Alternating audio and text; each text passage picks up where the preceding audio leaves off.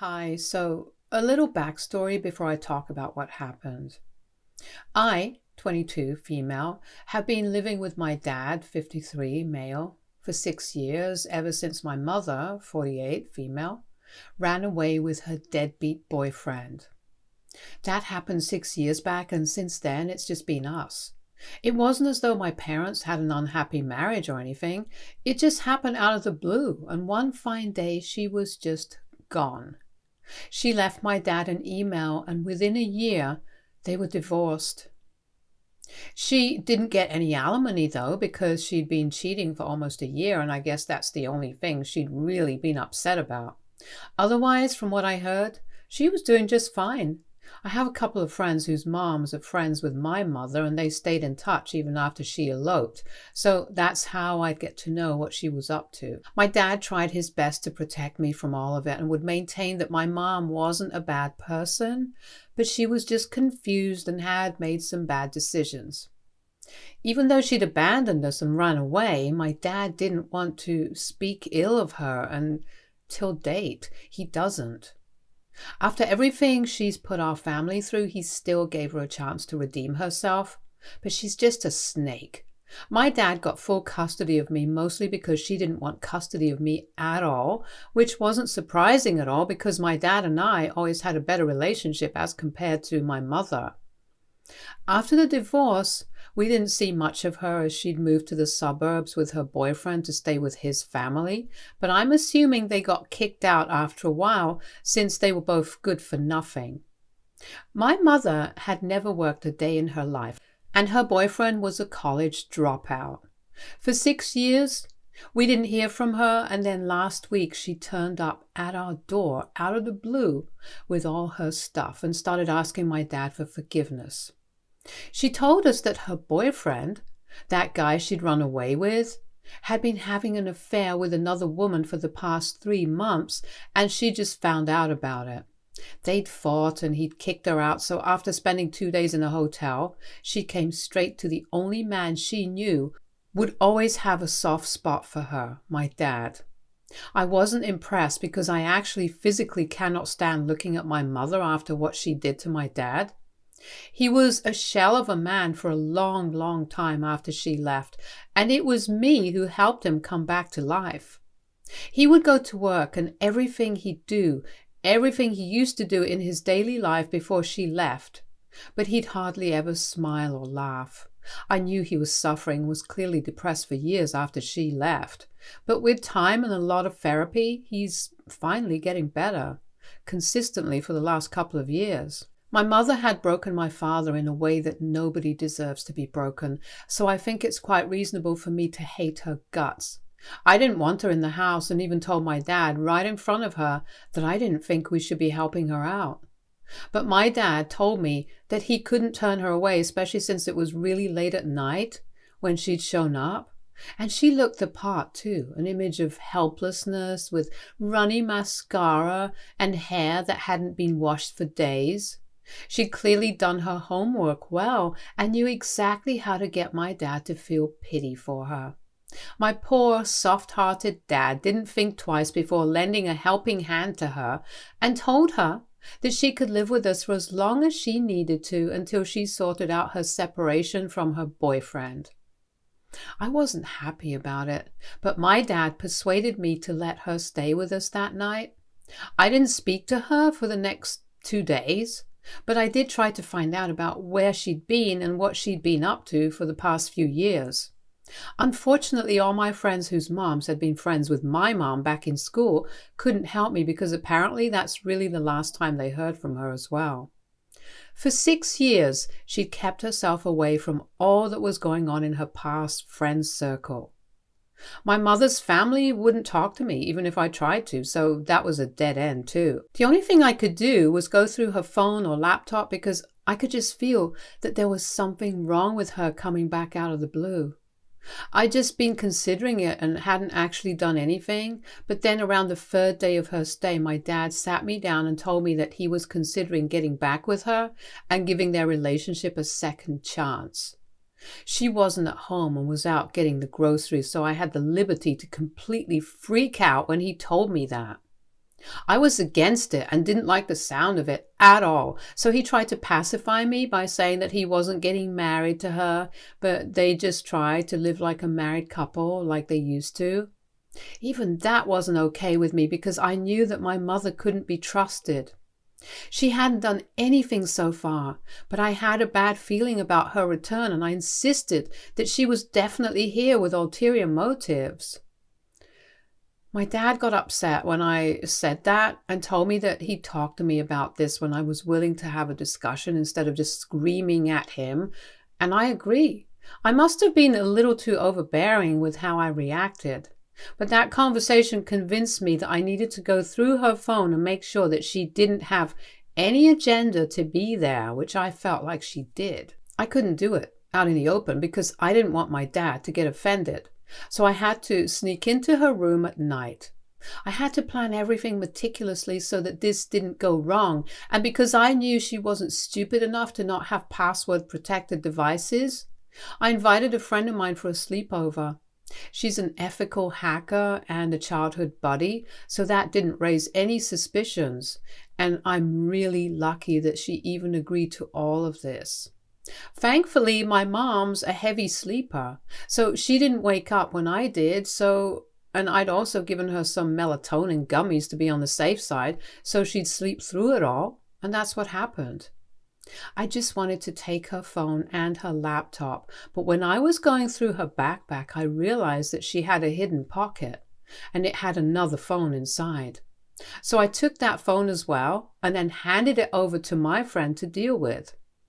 By 2 a.m, we'd managed to find out that she was very much in touch with her alleged ex-boyfriend, whom she'd run away with, and together they were planning on scamming my dad out of a crap ton of money. My dad's a heart surgeon, and my mom's boyfriend worked at the bowling alley at the time they abandoned us, so we could do the math. They were really playing the long game here because my mother and her boyfriend had discussed in detail how they were going to make sure that they get back together, and my dad is fully convinced that she's helpless and has nobody to turn to. Everyone knows what a solid guy my dad is, and so of course he's going to step up and take her in. Then she'd build a relationship with him, get married and use his money to fund their lifestyle. Her plan was to get my dad to transfer certain amounts of money to her throughout the year to fund her non-existent business, and she knew he'd do it because my dad's a huge advocate for women being financially independent, and had even asked if my mother wanted to work back then, that they'd first got married, but she'd preferred being a stay-at-home mom. Then as soon as my mother had taken enough money from him, they'd take off. It was a meticulously planned con job that they were going to go through with and dupe my dad into paying for my mother and her boyfriend so they could leave these places behind. The one thing they hadn't accounted for was me still being a very active part of my dad's life, since they'd assumed that I would move out after college. I did have plans to do that. But after my mom ran away, I decided to stay back with my dad to look after him and be there for him. He wasn't physically sick, but I knew what he'd been through and I couldn't just leave him. My mother had even had a conversation with her boyfriend about how I had been there and almost ruined her plans with my interference, which is why they decided that they needed to win me over too if they wanted to make this work. That explained why my mom was being so nice to me all of a sudden that day, but unfortunately for her, I could see right through her BS and didn't buy even 1 second of her little act. I copied all the data from all her devices to use as evidence against her and then put everything back in its place. I didn't sleep at all the entire night, and only when my friend left the house at 8 a.m. did I finally take a 2-hour nap. It was a Sunday, so I knew everyone would be home. Most importantly, my dad would be home. I didn't say anything to him, and as soon as we were all up, I called the cops, and within half an hour, they were at our door and were dragging my mom away to the precinct. I'd already transferred the data that I'd gathered to a pen drive and handed it over to the cops who showed up. My mother was going to be detained while the cybercrime department verified whether all the data was authentic or not, and they also seized my mom's devices. It was a confusing morning for both my parents, and my mother was acting out in a frenzy and kept screaming that I was trying to frame her, but I ignored her and just spoke to the cops. My dad was trying to calm my mother and looked just as lost and confused as he probably felt on the inside. After around half an hour, the cops finally left with my mother, who went kicking and thrashing, and I could finally tell my dad everything peacefully.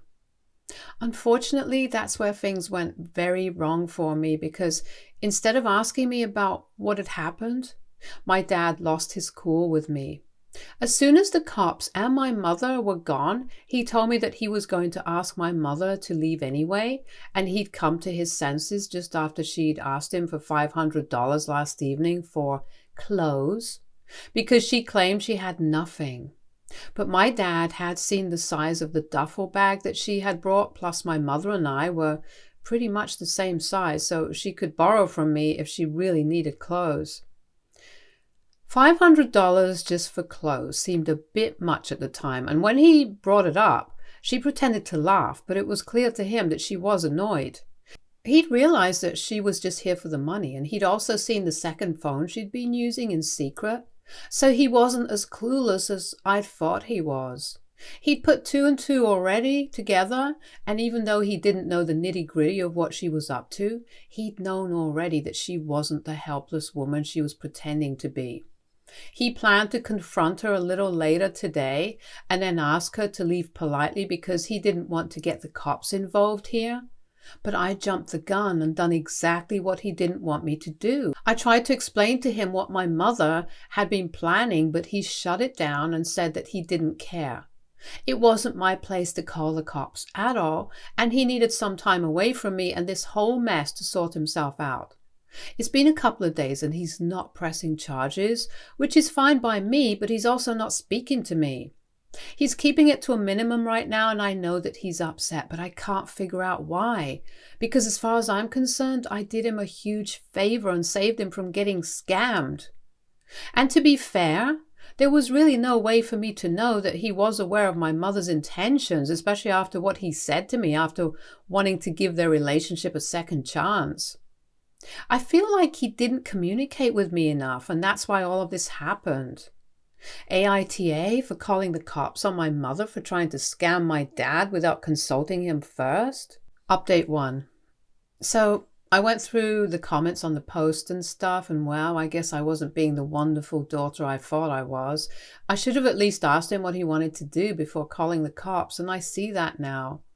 I felt terrible for what I did, not for my mother, but because my dad was taking this all really hard. I apologized to him this evening, and it's been 2 hours since then, but all that he said was, "It's fine," and then went back to reading his book. I feel awful about all of this.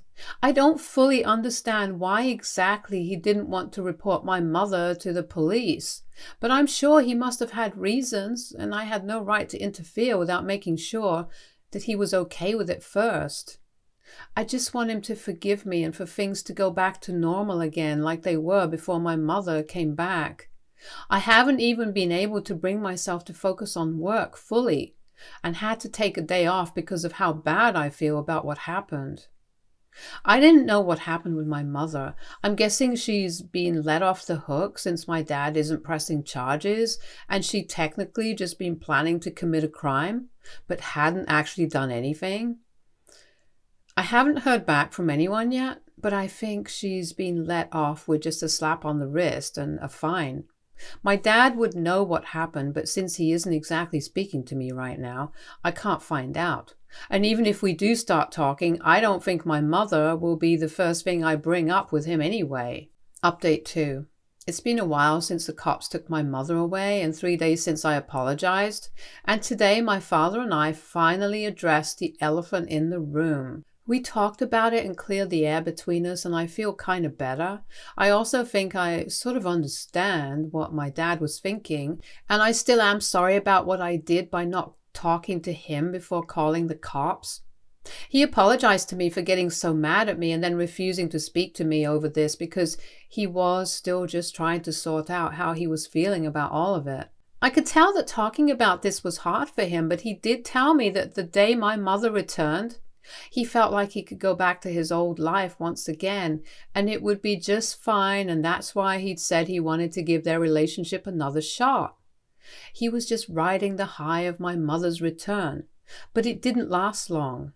And just the day after that, he spotted her talking on the phone that she used in secret, and he was forced to wake up to the reality that my mother was never here for my dad. He was very upset about it, but couldn't bring himself to let her go, and so he waited for a couple of days more. But then when she asked for a ridiculous amount of money for clothes, he put two and two together. He waited that night and was going to talk to her the next day, but I jumped the gun and took things into my own hands instead. He was very upset about that because in spite of whatever she had put us through, he still had a soft corner for her and didn't want her to get into legal trouble or worse, start to hate him. And that's what was happening because after my mother was released and got back her phone, the first thing she did was send an "F you" text to my dad saying how much she hated him for what he had done since she thought that he was the one who called the cops. Then she blocked him and that was it. He was really upset about that, and so he'd been taking it all out on me since the arrest, but he'd finally come to his senses now and he knew that the way he had reacted made no sense. He apologized to me profusely and acknowledged that maybe therapy wasn't working out for him as well as it was in the past, and that he needed to attend his sessions more regularly than he had been, because clearly he still hasn't been able to move on from my mother completely. And I don't blame him, really. My parents were childhood sweethearts, and as a kid, their story was a fairy tale come true for me. But of course, with time, I realized that my mother wasn't the person I'd thought she was for all those years of my childhood and well into my teenage years. My father and I hugged for a while, and he broke down crying while I let him cry it out because he'd been really strong for a very long time and he'd earned this cry, especially after what Mom did just recently. So I guess it's getting better now with me and my dad. A lot of people had very harsh opinions about him, but trust me, he's not really a bad guy. This is just a part of who he is, and it's not great, but nobody's perfect. And we all make mistakes. What's important is that he realized this and owned up to it, and so did I. Neither of us are going to leave each other's side because we're all we have. Update 3. So my mother has decided to stage a comeback into our lives, but not through the traditional way that she went for the last time. This time, she decided to defame my dad online and accused him of kicking her out because she refused to marry him. My dad was blocked and so was I, so I couldn't see the post when she put it up first. And we found out almost a day later when one of my friends told me that she'd posted this. She sent me the post as well, and it was just ridiculous how hard she was trying to play the victim here and was spewing lies so openly about my father. I had half a mind to not tell him about any of this so he wouldn't feel like crap and take matters into my own hands once more, but I didn't because of what had happened the last time. My dad was an adult, above 50 years of age, and I needed to be open with him instead of trying to treat him like a kid. I'd learnt that already, so I went to him and showed him the screenshot of what my mother had posted. He was disappointed at first, but then he told me that he wanted to take legal action against her and sue her for this. Everyone knew that she was just trying to get sympathy out of this, which was weird because everyone knew that she was the one who had run away with her boyfriend and betrayed my dad. So him taking her in at all should have been a big deal, and anyone who knows my dad would know that he isn't the kind of guy she was making him out to be. Her lies should have been caught within seconds of her post. But unfortunately, there are a couple of jobless, spineless and brainless bimbos that we know who were egging her on and giving her the sympathy that she so clearly needed. I asked my dad if he wanted to post the details of what she'd been planning to do online, but he said no and told me that he wanted to do this the right way. So we're looking for an attorney right now who specializes in stuff like this. And my dad's cousin is helping us out because he's an attorney too. Things aren't bad right now, but it's a public post and my dad's quite well respected in our neighborhood. So if this post gains traction, then it'll be his image and reputation at stake, which we just can't risk. I'm beginning to regret even allowing that sneaky little snake to come back into our lives at all. And I actually cannot believe that she's my biological mother. Because there's just no way I'm related to someone like her. Even the thought of it disgusts me sometimes. I'd honestly rather not have a mother at all than have one like her. And this might sound insensitive to people, but gosh, she really is the worst. Update 4. Hey people of Reddit, I'm back after like 2 months of being completely MIA, which I'm very sorry about, but I couldn't help it because I was getting serious with my guy who I met through a friend almost 3 months back and who's now my boyfriend. I was also busy with my job and a defamation case against my mother. She didn't go to jail, unfortunately. I know a lot of people wanted that to happen, and it would have been great to have that slimy old woman land behind bars for what she did. But we did settle out of court for $30,000. I don't know how she and her worthless boyfriend were able to get their hands on that kind of money at all, but I'm guessing that my boyfriend and my mother's families didn't want to see their kids land up in jail, so they shelled out some money for them. But at least they're out of our lives for good now, even if they didn't end up in jail, because after what happened, I highly doubt that either of them will try to mess with me or my father again. And even if they do, my new boyfriend's distantly related to a Supreme Court judge, so I'd say it wouldn't end too well for them. But all jokes aside, I honestly think we're done with them once and for all. They'd have to be really and extremely stupid to have to try and get back at us again after 2 narrow escapes. But then again, I'm not sure either of them have an IQ higher than room temperature, so who knows what they might get up to next. Stay tuned for more stories from our girl relationships.